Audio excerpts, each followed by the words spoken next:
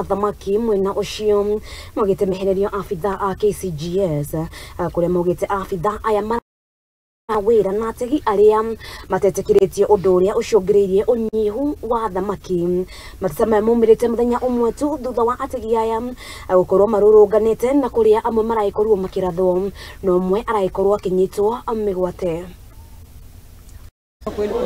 Ndio ategi a thamaki a iria ria Naivasha imehereria afitha a urangiri ndere-ini cia iria nio Kenya Coast Guard Services aria mekuirwo kunyitanira na ategi a thamaki atari etikirie undu uria ucungiriirie Kenya saizi wanatumia itasaulika hivi because hata ikijaribu kuchungwa aje na hizo fishing gears wenye wanatumia bado ni hizo tu wanafua fingerlings. Hata there is no need because tumesikia na county government inataka kufanya restocking.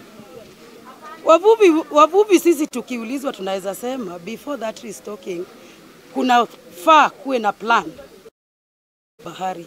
Jua kuna kesho ichotwe kesho ukutane nayo Kikomba. Undu uyu wiyumiritie muthenya umwe thutha wa ategi a thamaki eri kurathwo ni afitha a borithi hingo ya mururungano gutetia ategi a thamaki aria mekuirwo kuiya injini cia tutaro na kunyita murangiri umwe migwate. Ategi aya a thamaki moigite ni maronete ategi aya marekuirwo magitega thamaki iria itakinyitie cia kunyitwo magiteithĩrĩrio ni afitha a Kenya Coast Guard Services.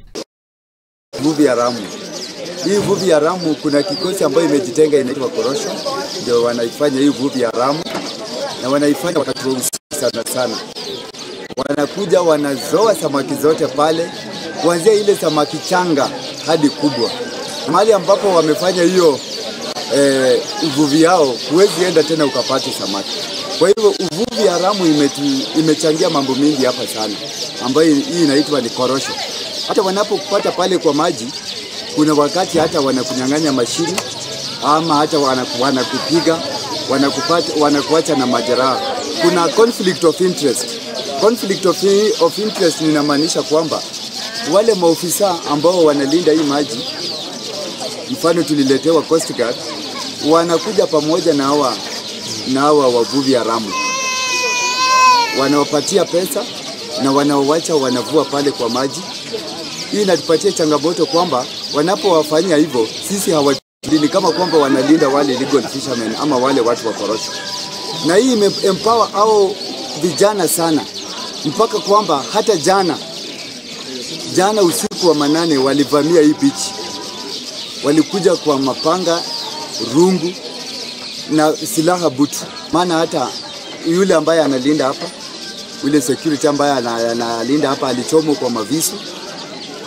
Walikuja wakaiba hapa zetu, engine, motorboat engines, 15 horsepower.